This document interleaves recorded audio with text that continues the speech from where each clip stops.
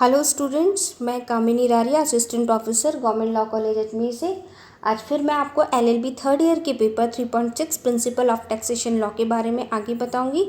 जैसे कि पिछली क्लासेस में हम आयकर विधि 1961 के बारे में देख रहे हैं, जिसके अंदर हमने आय के बारे में देखा, बहुत सारी डेफिनेशंस के बारे में देखा। आज की क्लास में हम आयकर के प्रयोजन के लिए, यानी कि जो टैक्स दिया जा रहा है उसके लिए करदायी आय को वर्गीकृत करने वाले शीर्षक देखेंगे। Various heads into which assemble income is classified for the purpose of income tax. Income tax पे करने के लिए व्यक्ति के पास जो आय आ रही है वो किन किन साधनों से आ रही है, उनके बारे में बात करेंगे आज हम।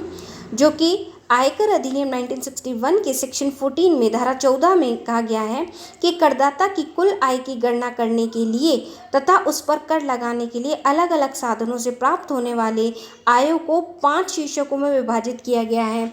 और ये शीर्षक कौन कौन से हैं? पहला है वेतन, यानी कि सैलरी, जो व्यक्ति काम करते बदले में सैलरी पाते हैं। मकान संपत्ति से आय, इनकम फ्रॉम हाउस प्रॉपर्टी, कि ऐसे कोई मकान जिनसे उनको इनकम हो रही है। तीसरा है व्यापार अथवा पेशे से लाभ, profit from business and profession, कि वो कौन सा व्यापार या पेशा कर रहे हैं जहाँ से उसको आय प्राप्त हो रही है। चौथा कह रहा है पूंजी लाभ, कैपिटल गेन से जैसे प्राप्त हो रही है आय। और अन्य साधनों से आय, इनकम फ्रॉम अदर सोर्सेज। ये भी साधन हैं इन 5 शीर्षकों में जिनसे व्यक्ति को आय प्राप्त होती है। परंतु 5वें शीर्षक में उन आयों को शामिल किया गया है जो कर योग्य तो हैं, परंतु जिनको प्रथम 4 शीर्षकों में किसी भी शीर्षक में नहीं रखा जा सकता। तो ये 4 शीर्षक मेन है और 5वां शीर्षक हम जो देखेंगे वो कर योग्य है, लेकिन इन चारों में उनका स्थान नहीं है। इसलिए हम आज सबसे पहले यहाँ देखेंगे वेतन के बारे में। हमारा पहला जो है इसमें करदाई के लिए वर्गीकृत शीर्षक है पहला वेतन, यानी कि सैलरी। आयकर अधिनियम की धारा 15 के अनुसार आय को वेतन के शीर्षक के अंतर्गत आयकर के योग्य माना जाएगा जब किसी नियोजक या भूतपूर्व नियोजक से गत वर्ष में करदाता द्वारा प्राप्त वेतन चाहे वास्तव में प्राप्त हुआ हो या नहीं। नियोजक यानी कि ऐसा मालिक या पहले ऐसा कोई मालिक, यानी कि उसने जॉब छोड़ दी और अब दूसरी जॉब में, यानी कि 1 साल पहले तो कहीं और था, और उसने अगर कोई वेतन प्राप्त किया है या नहीं किया है, उस पर कोई वेतन जो करदाता को प्राप्त नहीं है अथवा प्राप्त होने से पहले ही उसके नियोजक यानी कि मालिक के द्वारा या उसकी ओर से गत वर्ष में उसे अदा किया गया है या स्वीकृत किया गया है, यानी कि दे दिया गया है। फिर वेतन की कोई बकाया रकम जो कि करदाता की गत वर्ष में उसके वर्तमान नियोजक अथवा भूतपूर्व नियोजक के द्वारा या उसकी ओर से अदा किया गया है, यदि उस बकाया रकम पर पिछले गत वर्ष में आयकर नहीं लगाया है, यानी कि पिछले साल का उसको सैलरी मिलने वाली थी, किसी वजह से नहीं मिली और टैक्स पे करने का टाइम आ गया, उसने रिटर्न भर दिए, उनको नहीं लिखा। तो इस बार जब इस साल में जब उसको पिछला बकाया जो वेतन मिला है, तो उसने पिछले रिटर्न भरने के दौरान सरकार को नहीं बताया था, इस बार वो बताकर टैक्स पे करेगा। तो ये जो प्रावधान है इनसे स्पष्ट है कि निम्न वेतन पर आयकर लगता है। कौन कौन से वेतन?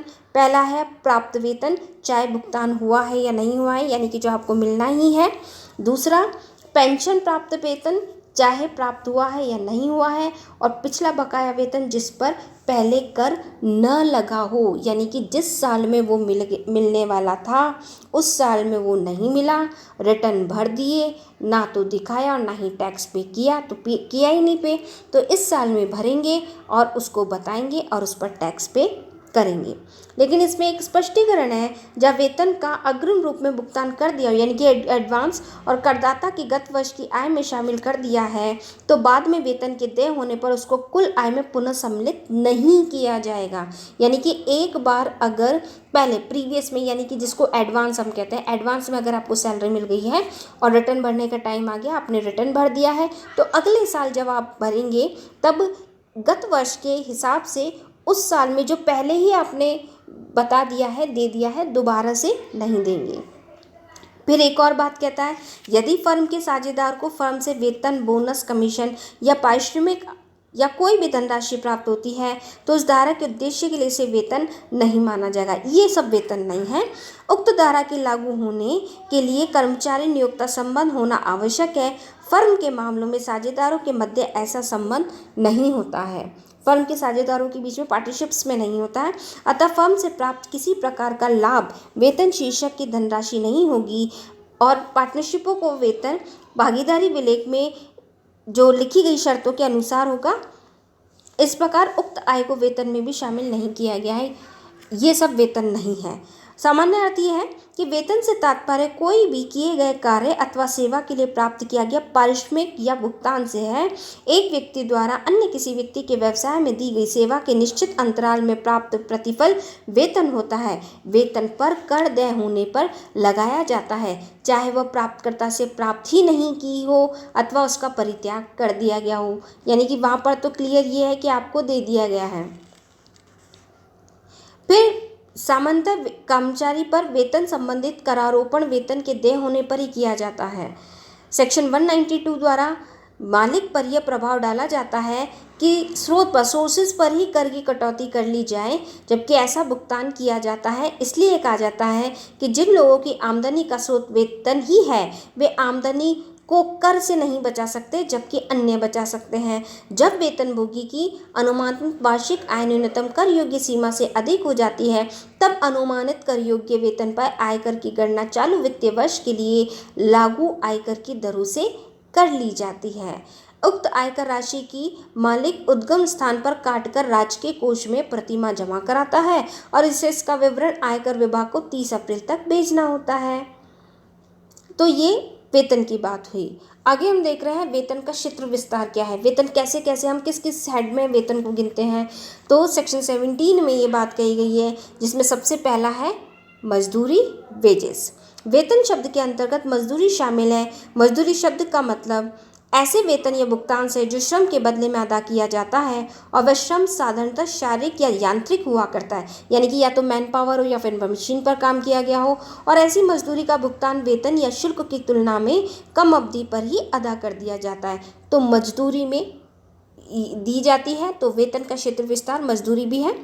दूसरी ये बात कह रहा है एन्युटी और पेंशन, यानी कि वार्षिकी या पेंशन नियोजक यानी कि मालिक द्वारा अदा की गई वार्षिकी या पेंशन शीर्षक के अंतर्गत कर योग्य है, चाहे उसका भुगतान स्वेच्छा से किया गया हो अथवा एक संविदात्मक आधार के अंतर्गत किया गया हो। कैसे भी किया गया हो, अगर आपको पे कर दिया है और वो वहाँ तक उस सीमा तक आता है जबकि आपको कर देना है तो आपको कर देना ही होगा। तीसरी बात यहाँ पे कर रहे हैं हम ग्रेच्युइटी की।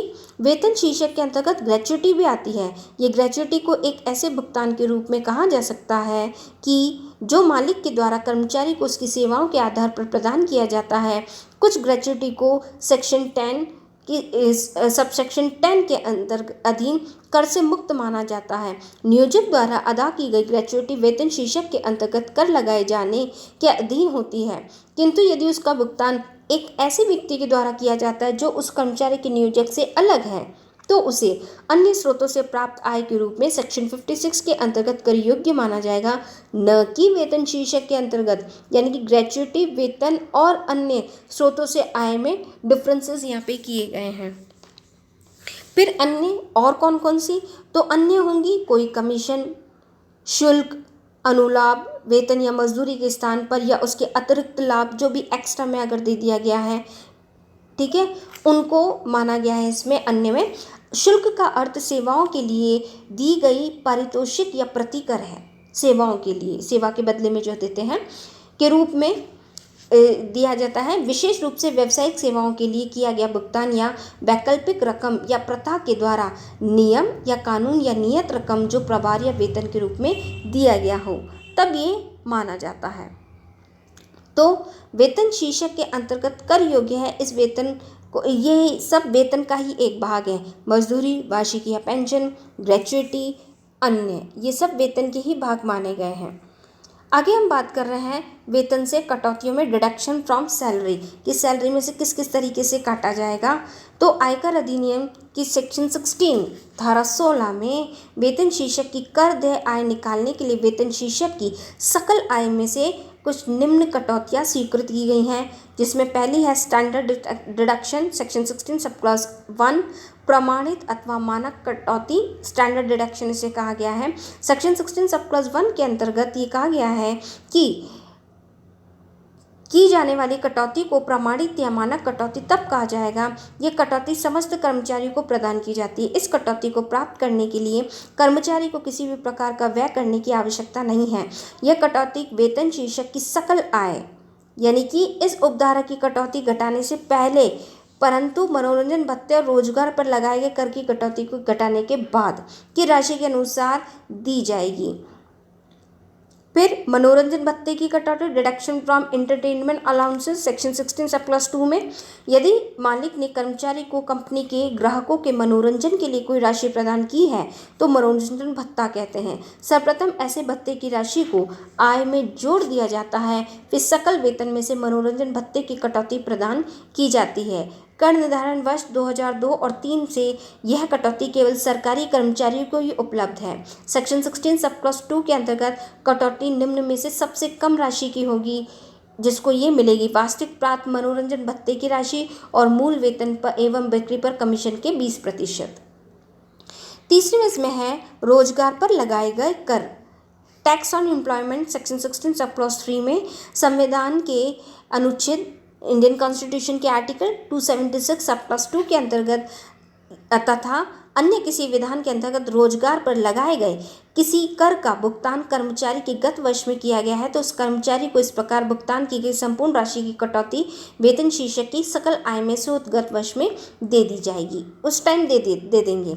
लेकिन यहाँ पे एक स्पष्टीकरण बता रखा है, यदि कर्मचारी के नियोजन कर की राशि का भुगतान मालिक द्वारा किया जाता है तो नियोक्ता यानी कि मालिक द्वारा चुकाई गई संपूर्ण राशि कर्मचारी के हाथों में कर योग्य होगी, उसको टैक्स देना ही होगा। वेतन शीर्षक की कर योग्य आय ज्ञात करते समय नियोक्ता द्वारा चुकाई गई नियोजन कर की राशि के कर्मचारी की कटौती भी स्वीकृत की जाएगी, यानी कि वो वहाँ पर भी कटौती कटवा सकता है। फिर यहाँ पर ये बात करता है मकान किराया भत्ता हाउस रेंट अलाउंस। यदि कोई कर्मचारी अपने मकान में रह रहा है या ऐसे मकान में रह रहा है जिसके लिए वह कोई किराया नहीं दे रहा है तो मकान किराया भत्ता की संपूर्ण राशि कर योग्य होगी। परंतु यदि कर्मचारी अपने रहने के मकान के किराए पर व्यय कर रहा है और उसके संबंध में नियोक्ता मकान किराया भत्ता दे रहा है तो निम्न रकम में से सबसे कम रकम होगी वह कर मुक्त होगी। और वो कौन सी होगी? कर्मचारी को प्राप्त मकान किराया भत्ता की वास्तविक राशि, मकान में रहने हेतु किराए देने में व्यय की गई राशि का संबंधित अवधि के वेतन के 10% से अनधिक। यदि यह रहने का मकान मुंबई कलकत्ता यानी कि महानगरों में स्थित है तो संबंधित अवधि के लिए निर्धारित यानी कि मालिक के वेतन का 50% समतुल्य राशि, और यदि वह मकान अन्य स्थान पर स्थित है तो संबंधित अवधि के निर्धारित यानी कि मालिक के वेतन का 40% के बराबर होगा।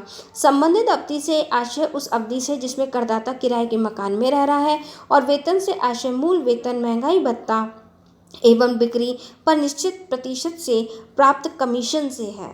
तो यहाँ पे ये दोनों चीज़ें एक साथ बताई गई है। मकान किराया भत्ता हाउस रेंट अलाउंस में भी ये चीज़ें बताई गई हैं। तो ये जो आज हमने देखा, ये वेतन में ये सारी चीज़ें गिनी जाएंगी कि वेतन का क्षेत्र विस्तार किस किस में है और वेतन से कटौती कैसे कैसे है, जिसमें स्टैंडर्ड डिडक्शन कौन सा है, मानक कटौती, मनोरंजन यानी कि एंटरटेनमेंट अलाउंसेस, और टैक्स और एम्प्लॉयमेंट रोजगार पर लगाए गए कर किस प्रकार से हैं जिनको वेतन में गिना जाता है। आगे की क्लास में हम इसके नेक्स्ट टॉपिक मकान संपत्ति से आय, इनकम फ्रॉम हाउस प्रॉपर्टी को देखेंगे नेक्स्ट लेक्चर में। Thank you students.